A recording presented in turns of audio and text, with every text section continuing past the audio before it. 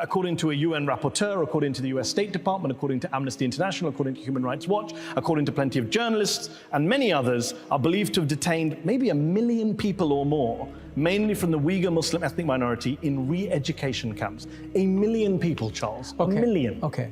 It's certainly not grabbing headlines in China. Isn't that because you don't have a free press in China, so you can't have headlines about the Uyghurs? No, it's because there are 55 national minorities in China, and Uyghurs' population is, in total, 9 and 10 million, I believe, in Xinjiang. yes, 0.7%. Okay, but the world doesn't work on percentages. If you lock up 1 million people in camps, the world pays attention. 1.4 billion people need to be fed, need to be clothed, What's that got to do with need to be locking up 1 million educated. people in Xinjiang? That must concern you to hear that 1 million people of your fellow Chinese countrymen and women have been locked If up it's by your true, government. sure. How do we establish if it's true or not? Why don't you let people in to check and count? Then we'll know for sure. I think people have visited. No, they've been on kind of supervised trips with Chinese monitors to select camps where they haven't been able to see everything. In fact, Reuters went on a trip last year. They were taken around, they were allowed to meet some people, and the people sang, "If you're happy and you know it, clap your hands." And Chinese government monitors stood in the room the whole time, and no one was allowed to speak to anyone independently. well, you know, Charles, that there are people who've been in those camps, who have come out of those camps, are now refugees in the US, in Kazakhstan, and they have testified to hooding, shackling, torture, sleep deprivation, sexual humiliation, starvation. This is what's coming out from people who've been in those camps in Xinjiang. If it's true, then they're certainly very bad.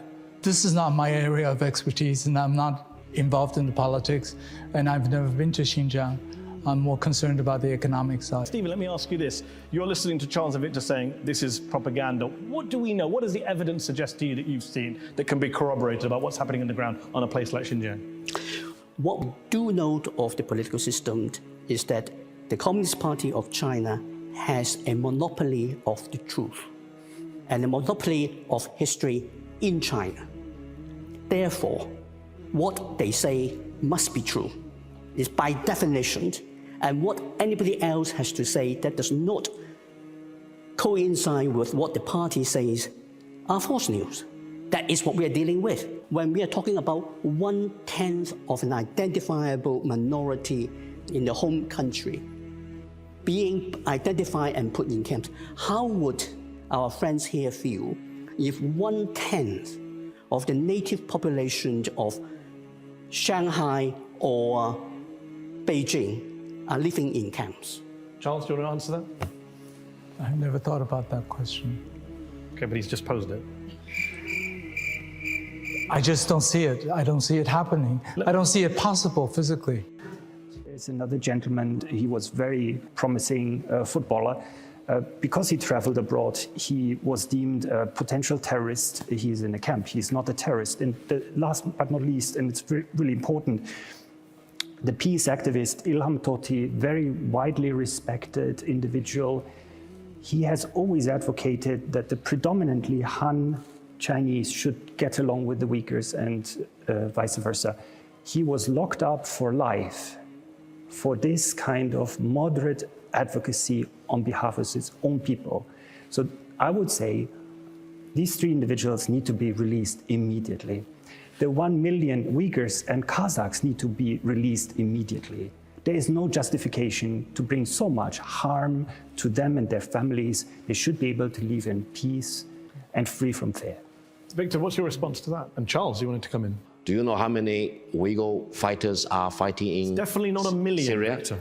5,000 people. So why And not lock up those 5,000 people? Each Uyghur fighter fighting in Syria has about 3 or 4 persons in their family fighting together.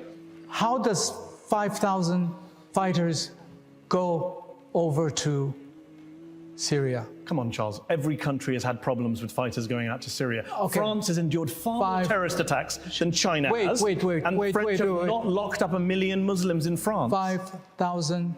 And how did they get there? There's a support group. Same in France, Charles. And the French have not locked up 1 million people. They have a problem. The French claim they have a problem of radicalization. They've brought in a state of emergency, but they haven't detained 1 million people. But even the French haven't said, you can't name your son Mohammed. You can't have children entering mosques. Government employees can't fast during Ramadan. You can't grow, quote, abnormally long beards. That's what Beijing has banned Uyghur people from doing. That's false. How about children not being allowed to go into mosques?